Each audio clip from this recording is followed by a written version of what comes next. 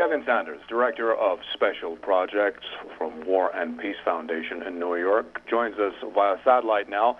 Mr. Sanders, tell us, how have Iran's most recent nuclear achievements been viewed in the United States? Well, I suppose that it has to be seen in the broader context of the almost unstoppable drift that is now underway toward a settlement of this dispute. And at this stage, everybody concerned is trying to lay out an arrangement whereby they have the best possible bargaining position. But the idea is clear now that there will be a negotiated settlement.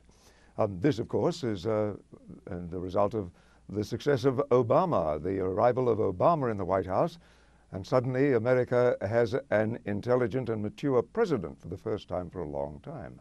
And the whole tone of the discussion has changed. Everybody at times looks as though they're almost in a race to get to the negotiating table. It certainly is a vivid contrast with what was going on under the Bush administration, where their policy, if policy it be, was little more than, as was said by John McCain during the campaign, bomb, bomb, bomb, bomb Iran. Nobody's talking like that anymore, and I don't think they will. Everybody is trying to find a way toward a negotiated settlement, and everything has to be seen in that context now. The success announced today concerning the Iranian nuclear program is part of this. It's an attempt to establish the kind of advances that Iran has made.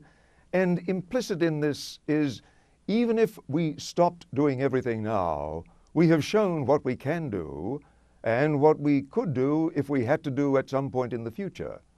And that established, then the negotiations toward a settlement of this dispute can begin. I have not the slightest doubt that there will be a solution, and a solution soon. Not before the Iranian elections, however. Everything, I think, is going to be on hold until the Iranian elections. Whoever is then the president may or may not have a slightly different perspective. But the overall trend, whomever it is, whatever it is, the end result will be an end to this long and terribly dangerous situation that has been allowed to linger for so long. Now, the nuclear issue has not been the only area of the recent developments in the Iran-U.S. relations. We saw Iran's participation in meetings over Afghanistan recently and Iraq some time ago. What benefits will Iran-U.S. talks bring to the Middle East region, would you imagine? Oh, I think altogether helpful. I mean, they're not going to end the problems of the Middle East overnight, but this has been the most vexing problem, the most threatening problem, the one that could most easily ignite a war, because there were people, and are still people there, who would very much like to bomb Iran. But their opportunities of doing this, their ability to do this, has been diminished to zero.